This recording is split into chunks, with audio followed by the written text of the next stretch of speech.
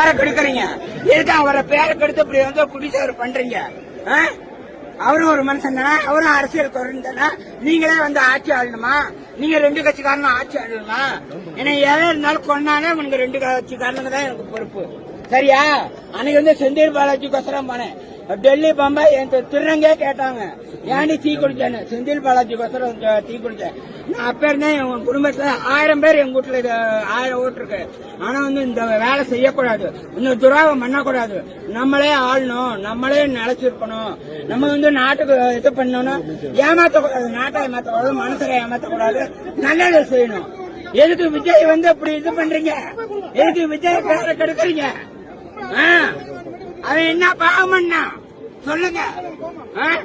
அவன் நல்ல செய்யணும் வந்தான். அதுக்கு ஏன் ஒரு ஏக்கரை கொடுக்க கூடாதா? ஏன் இடம் நான் வாங்கி போட்டாருன்னு வந்து சந்தோஷமா கொண்டாந்தீங்கல்ல, அத்தனை கொட்டு மேல வச்சுக்கல. கொட்டு மேல வைக்க கூடாது, ஆடக்கூடாது, பாடக்கூடாது, அந்த ரவுண்டா அவரை குறி கட்டக்கூடாது, அந்த கட் அவுட் வைக்கணும். என்ன பாவம்?